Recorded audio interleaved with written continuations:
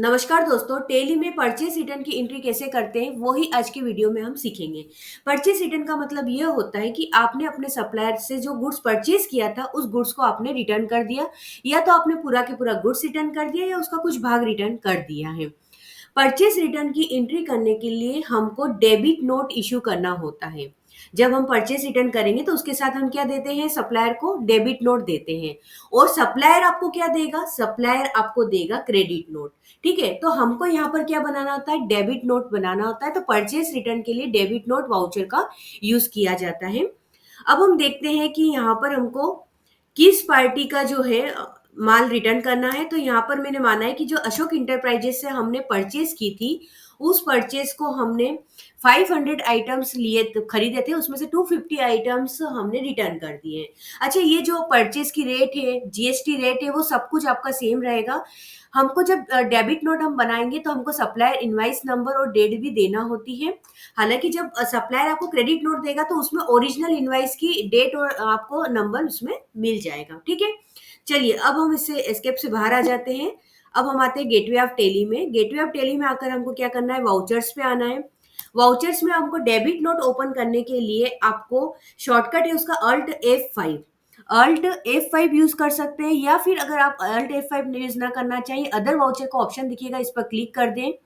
यहाँ पर जाके आपको देखिए डेबिट नोट आपको दिख जाएगा, डेबिट नोट पर क्लिक कर दें। तो अब ये डेबिट नोट आपका आ गया है। अब पार्टी अकाउंट नेम लेना है, किस पार्टी को हम रिटर्न कर रहे हैं, तो हम अशोक इंटरप्राइजेस को रिटर्न कर रहे हैं।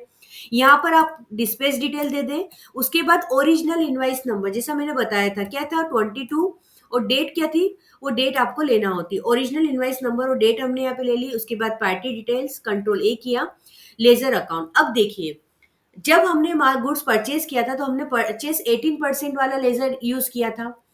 लेकिन अब रिटर्न करना है तो आप चाहें तो एक परचेज रिटर्न का अलग लेजर भी क्रिएट कर सकते हैं। अगर आप परचेज रिटर्न का अलग लेजर क्रिएट करते हैं तो उसमें आपको जो परचेज रिटर्न लेजर रहेगा, लेकिन वो किस ग्रुप में आएगा, वो परचेज के ग्रुप में ही आएगा। आप परचेज वाला लेजर भी यूज कर सकते हैं। तो हम यहाँ पर वही परचेज, अच्छा परचेज लेजर सेम होना चाहिए आपका, जिसमें आपने पहले एंट्री की थी वही होना चाहिए। तो यहाँ पर हम परचेज रिटर्न अलग से ना खोल के हम इसी परचेज 18% वाला जो लेजर है उसी का यूज कर रहे हैं। अब यहाँ पर कौन सा आइटम रिटर्न किया हमने, तो आइटम 1 रिटर्न किया। कितनी क्वांटिटी किया, 250 क्वांटिटी। रेट कौन सी, परचेस वाली रेट आ गई। चलिए फिर इंटर किया। अब लेना है हमको CGST। CGST की रेट भी सेम रहेगी आपकी, SGST, ये ले लिया। जीएसटी डिटेल्स में हमको क्या देना, देखिए यहाँ पर परचेस रिटर्न का ऑप्शन नहीं आ रहा है तो हम अदर सिलेक्ट करेंगे। यहाँ पर देखिए सब मेरे का क्या कहा आपको, सब आप डेबिट नोट इश्यू करेंगे, सप्लायर क्या करेगा, क्रेडिट नोट इश्यू करेगा। तो सप्लायर का क्रेडिट नोट का नंबर और डेट आपको यहाँ पर देनी होगी। जैसे मैं एज्यूम किया मैंने 1, और डेट ले लेते हैं हम 1 अगस्त। चलिए उसके एक किस अगेंस्ट रेफरेंस लेना है, किस बिल के अगेंस्ट में हमने रिटर्न किया, तो ये बिल आप सिलेक्ट कर लें। यहाँ पर एक्सेप्ट किया, यस हो गया। इसका इफेक्ट एक बार देख लेते हैं। हम चलते हैं अशोक इंटरप्राइजेस के अकाउंट में, अकाउंट्स बुक पे आते हैं, लेजर पे आते हैं, अशोक इंटरप्राइजेस पे आते हैं। ये देखिए परचेज किया था, क्रेडिट था उस समय, अब हो गया डेबिट। जब हमने डेबिट नोट इश्यू हमारा हो गया है तो अब फाइनल जो उसका बैलेंस था, पहले हमको 14,75,000 देने थे, लेकिन अब हमको कितने देने हैं, अब हमको 7,37,500 देना है, क्योंकि 50% हमने गुड्स क्या कर दिया है, रिटर्न कर दिया है।